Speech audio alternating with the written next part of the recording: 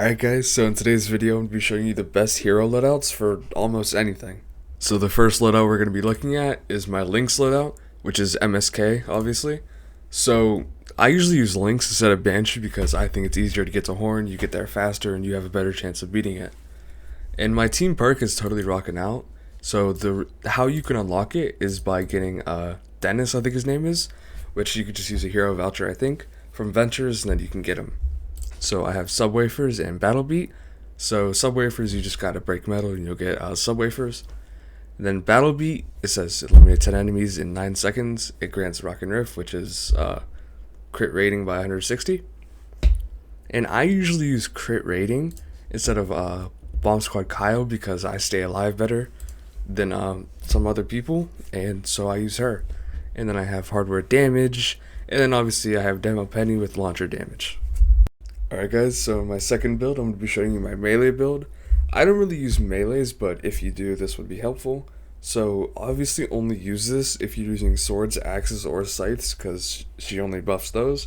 So yeah, I would use Fiona in a main, and then your team perk I would use Blast from the Past, because obviously you're going to be in the husk's face, they're going to be able to hit you, so you need some more health. So I also have Paleo Luna for damage obviously. And then I have Iza just for some armor so I can stay alive longer. And then it doesn't really matter what hero you use here, just make sure the buff is assassination. Because a lot of them do it, like a lot of heroes do it. There's even, I think I have another one, yeah. If you're the Founder's hero, you already have it by default, which is this guy. And then I just have Fleetfoot Ken, because if I'm about to die, I can get away without dying and everything. And then I just have Survivalist Jonesy so I can stay alive longer. Alright, so the next build I'm going to be showing you is my PWO build, which is, here, let me find it real quick, which is a play with others build, or if you're, like, doing a V-Buck mission, you don't really want to waste any ammo, you could just run this loadout. So I usually use Thora because enemies standing on structures affected by base take 38.1% base energy damage, so every time, like, a husk walks on your builds, they take damage, and if you're in a low mission, they'll just automatically kill them, and you don't really have to do anything, you just go AFK. So I have Recycling because you can just get more mats. You don't need Supercharged Traps because you don't even need to place any because Thor's obviously like kind of like floor spikes but everywhere. I don't know how to explain it, but so yeah. I have Nox because just in case they attack it, they don't die first hit, they could just replenish the health. I have Ice King too because Snared really helps a little bit. And then Fully Contained, which is enemies that melee attack structures affected by base take 15% damage, which, like, if you're doing, like, RTD, if they attack the wall, then they take damage too. And then I just have Mega Base so I can, like, extend the range.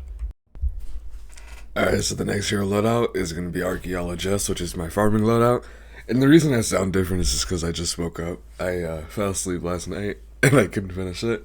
So I use Jess in my lead, because I think she's faster than, like, Fossil Southie.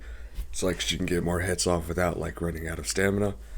And I just use Blast from the Past, because, well, shield is depleted, it regenerates 4 energy per second. And then also this is kind of helpful.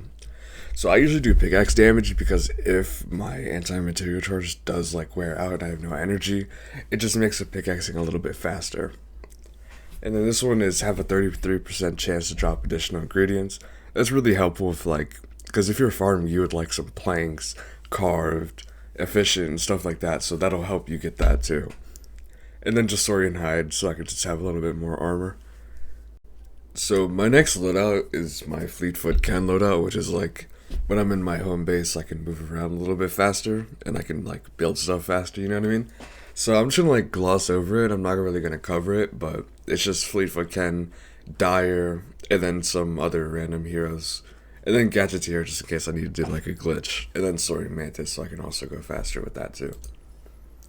So my real next loadout is Power Base Nox. So, if you want it to be Ice King or Kyle, all you have to do is just, like, swap them out. Like, say you want Ice King here. You just, like, here, do this real quick. You just, like, put Ice King in, and then put Nox in the loadout. It really doesn't matter who you put in lead. It's got to be at least Ice King, Nox, or Kyle. So whatever, like, you like. No, excuse me. So whatever you like more out of those 3, you could put them in the lead, and then put the other 2 in the support team. And then I also have Fully Contained, which is the same thing with my PWO loadout. I have these 2 right here. And then I have Mega Base, which is obviously, I'd say, the best Constructor support team hero. So my next one is just my Harper loadout for when I'm doing endurance. It doesn't really matter what your support team is. The only reason I use her is because she does trap durability by 52%. So here, let me show you real quick. So if you don't have her at all, let's just say, like, I have 148% with my normal survivor squads and without her. But with my normal survivor squads and with her, I have 201%. So that's how you get to 344%, which if you want me to, I can make a video on that and on how to get higher trap damage, higher trap durability, and like kind of just like how to like fix your survivor squads in general. If you want to see that, let me know. And so yeah, this one really doesn't even matter. So my next like 2 hero loadouts I'm gonna say is my Diecast Jonesy and then my Commando Spitfire loadout, which is both minigun loadouts. So the difference is that Diecast does damage by 50% and changes damage type to energy, which also does a little bit more damage to elemental husks. And then my Commando Spitfire loadout is the cooldown goes down a lot, this is the infinite minigun build right here. So if you just want to copy this too, so it's just Commando Spitfire, Diecast Jonesy. So I usually use Survivalist Jonesy because when you're in the minigun, you're really slow. And then if husks are like surrounding you, they don't kill you instantly, and you can like heal a little bit. And then this one, which is like which increases crit rating by 10 and also crit damage by 100%, which helps you do a little bit more damage. And then this one helps with the infinite minigun because it increases the duration by 5 seconds. And then if you ever see like the snowball, this is the hero right here. It's Sergeant Winter. It does go and commando fires a snowball grenade every 20 shots, dealing 19 base water damage.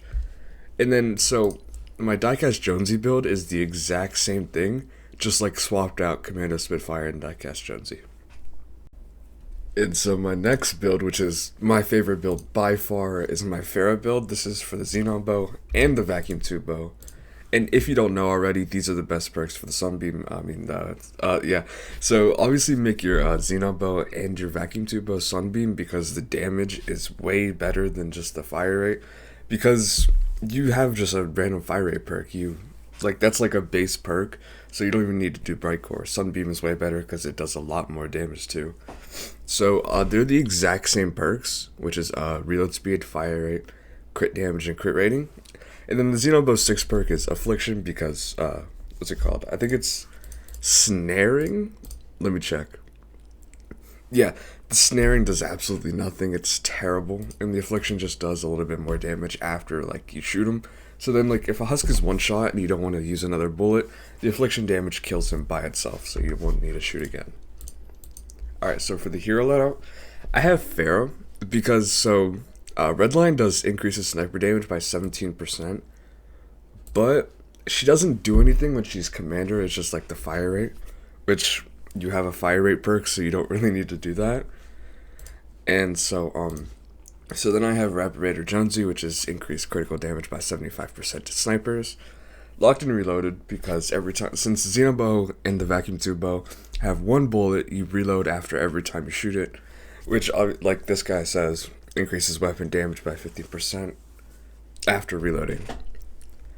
And then her, like I said, she just does sniper damage. And then Battle Beat and I think her name is Varsity Hero. These are my two totally rocking out heroes because with Farrah, the Xenon bow, like it shoots off into other heroes. I mean, not heroes, zombies. I mean, so it kills them too, which helps you like eliminate the 10 enemies. And then every time you kill a zombie, it has a 7% chance to drop a football, which it grants Rock and Rift, which activates your Totally Rockin' Out. And if you don't know, Totally Rockin' Out increases your crit rating by 160. So before I get into this last build, this video is going to be like a little bit wonky, because since CapCut got banned, I have to switch to DaVinci Resolve, which as you see, I have no clue how to do.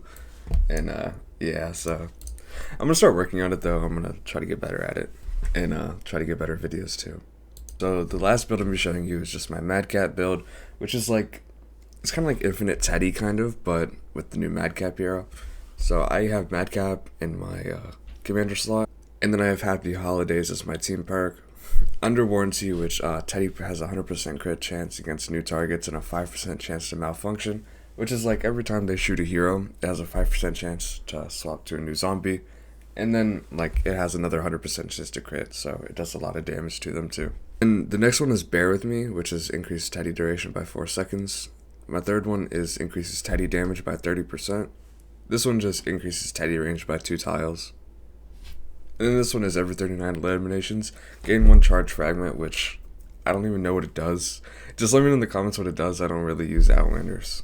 And that's the video. Thank you for watching, and please like and subscribe.